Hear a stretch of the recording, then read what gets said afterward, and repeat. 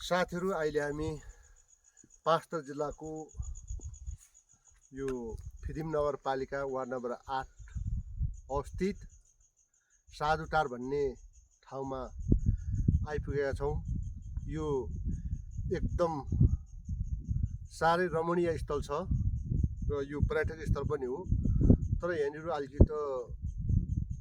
सम्बन्धित निकायको ध्यान नपुगेर यसको संरक्षण हुन सकिरहेको छैन। तर पनि देशी तथा विदेशी पर्यटकहरू आएर यो साधुटारको यो तलाउको यसो अवलोकन गर्ने भ्रमण गर्ने काम हुन्छ। र यता माथि पनि साधुको कुटी छ। यहाँ चाहिँ तपाईको अहिले पाँचथर जिल्लामा सायद यो ठाउँलाई नचिन्ने मान्छे यो ठाउँलाई चाहिँ नजिकबाट ननियाले पनि देश विदेश टाढाबाट चाहिँ यसलाई चाहिँ जुन यो सञ्चार माध्यमले गर्दाखेरि यो ठाउँलाई साधुटार भनेर नचिन्ने मान्छे कमै मात्रामा होला। र धेरैभन्दा धेरै बाह्य पर्यटक र आन्तरिक पर्यटकहरू यहाँनिर भित्रिने गर्छ। तर पर्यटकलाई चाहिँ राम्रो खालको चाहिँ अब घाँस बाँसको व्यवस्था चाहिँ हुँदैन। किनभने अब यहाँबाट चाहिँ फेरि कि त भन्ज्याङ जानुपर्ने हुन्छ, कि तल फिदिम नै झर्नुपर्ने हुन्छ, कि लालीखर्कतिर झर्नुपर्ने हुन्छ, कि त राखेतिर नै बास जानुपर्ने हुन्छ। त्यसले गर्दाखेरि यहीँनिर सानो सानो यसो पर्यटकहरू आउँदाखेरि यसो बास बस्ने ठाउँ सानो रिसोर्टहरू नेपाल सरकारले नै निर्माण गरेर गरिदिएको खण्ड हो भने यो ठाउँले निकै राम्रो हिसाबले विकासको फड्को पनि मार्ने थियो र यो ठाउँको विकास पनि हुने थियो। र ठाउँको विकासको साथसाथै फिदिम नगरपालिकाले पनि आय आर्जनमा ठुलो चाहिँ हात हुने थियो भन्ने कुरो हामीले लागेको छ। तर अब यसको प्रचार प्रसारमा कमजोर भनौँ भने साधुटार नचिन्ने मान्छे देश विदेशमा कमै मात्रा होला। प्रचार प्रसार व्यापक रूपले भएको छ।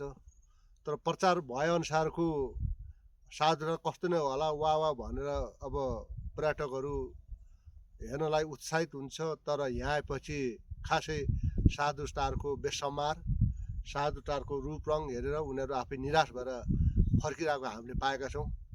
अहिले हामीलाई पनि त्यस्तै महसुस भएको छ। पानी यतापट्टि पानी अब यो पाइपबाट पानी तानेर पानी लगेर पानी सुकेर तालको अवस्था यस्तो छ। र त्यसले गर्दाखेरि यो माथि डाँडा यता माथि हिउँहरू पर्छ, यता पनि यो हिउँ पर्छ। अब हिउँ खेल्ने आन्तरिक पर्यटकहरू हेर्नु पर्याप्त मात्रा आएको हुन्छ। तर के गर्ने र अब माल पाएर चाल नपायो भने यस्तै ठाउँ चाहिँ अब इन्डिया जस्तो ठाउँमा अब अरू योभन्दा बाहिर कुनै देशमा हुनु भने यसले चाहिँ वर्षमा करोडौँको व्यापार गर्थ्यो होला। तर यहाँनिर अब हजारको व्यापार पनि हुन सकिरहेको छैन। यसको लागि हामीलाई दुःख लाग्छ।